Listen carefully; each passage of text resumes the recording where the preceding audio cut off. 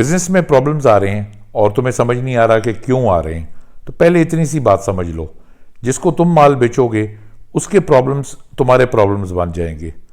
हमारा सारा फोकस इस चीज़ पर होता है कि हमने क्या बेचना है।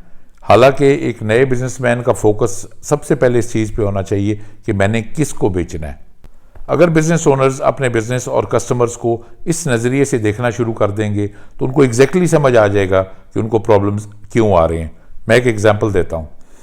मान लो आपने एक बर्गर रेस्टोरेंट खोलना है।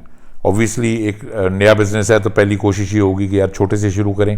तो हमने एक लो इनकम एरिया में बर्गर रेस्टोरेंट खोल लिया। अब क्लाइंट आ गया, क्लाइंट आपसे गुफ्तगू क्या करेगा, यार भाई बर्गर कितने का है, 500 का, यार बहुत महंगा है, थोड़ी सी सॉस एक्स्ट्रा दे दो, बर्गर के साथ फ्राइज फ्री दे दो। अब तुम्हारी प्रॉब्लम क्या बन गई? तुम्हारी प्रॉब्लम बन गई कि तुमने कॉस्ट रिड्यूस करनी है। कॉस्ट रिड्यूस करोगे तो मार्जिन कम हो जाएगा, फ्राइज फ्री में दोगे, सॉस एक्स्ट्रा दोगे तो कॉस्ट ऊपर चली जाएगी। अब उधर से मार्जिन कम हो गया और उधर से कॉस्ट इंक्रीज हो गई, तो आपकी जो प्रॉफिट विंडो है वो बहुत छोटी सी रह गई। तो अल्लाह के फजल से मसाइल तो यहीं से शुरू हो गए। अब यही रेस्टोरेंट हमने बैरिया टाउन में या DHA में खोल लिया।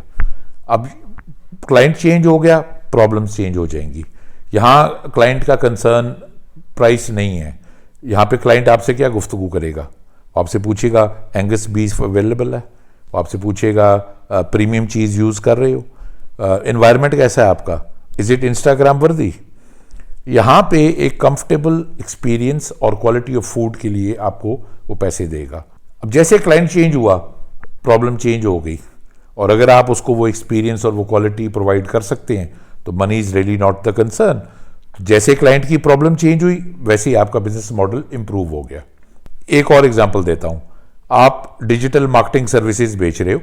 आप एक मीडियोकर साइज बेकरी के पास जाते हो और आप उसको कहते हो कि मैं 50,000 रुपये लूँगा महीने का और मैं आपकी सोशल मीडिया पेजेस रन करूँगा और मैं फेसबुक और इंस्टाग्राम एड्स आपको चला के दूंगा और जिससे आपका रेवेन्यू इंक्रीज हो जाएगा। अब एक मीडियोकर साइज की बेकरी जो 2.5-3 लाख रुपए कमा रही है, सबसे पहले तो उसको आपकी शक्ल में एक फ्रॉडिया नजर आएगा जो उसके साथ गेम करना चाह रहा है। फिर वो आपसे गुफ्तगू क्या करेगा? वो आपसे पूछेगा अच्छा 10,000 में कर दोगे, रिजल्ट्स कितनी देर बाद आएंगे, अच्छा अगर रिजल्ट्स ना आए तो क्या तुम पैसे रिफंड करोगे। अब तुम्हारी प्रॉब्लम क्या बन गई? तुम्हारी प्रॉब्लम बन गई low cost, pressure, delayed payments, और अगर अच्छे रिजल्ट्स ना आए तो हो सकता है वो पैसे ही ना दे। अब यही डिजिटल मार्केटिंग सर्विसेज तुमने एक ब्रांड को बेचने की कोशिश की। तुम एक ब्रांड के पास गए, आपने उसको यही ऑफर किया। अब ब्रांड की प्रॉब्लम प्राइस नहीं है, ब्रांड का कंसर्न और है। तो वही वो जो 50,000 रुपया महीना आप कह रहे थे वही इजीली 2.5-3 लाख पे चला गया। और ब्रांड के साथ आपकी गुफ्तगू क्या होगी? ब्रांड आपसे पूछेगा आपकी ग्रोथ स्ट्रैटेजी क्या है, आपका कंटेंट प्लान क्या है, ROI क्या होगी।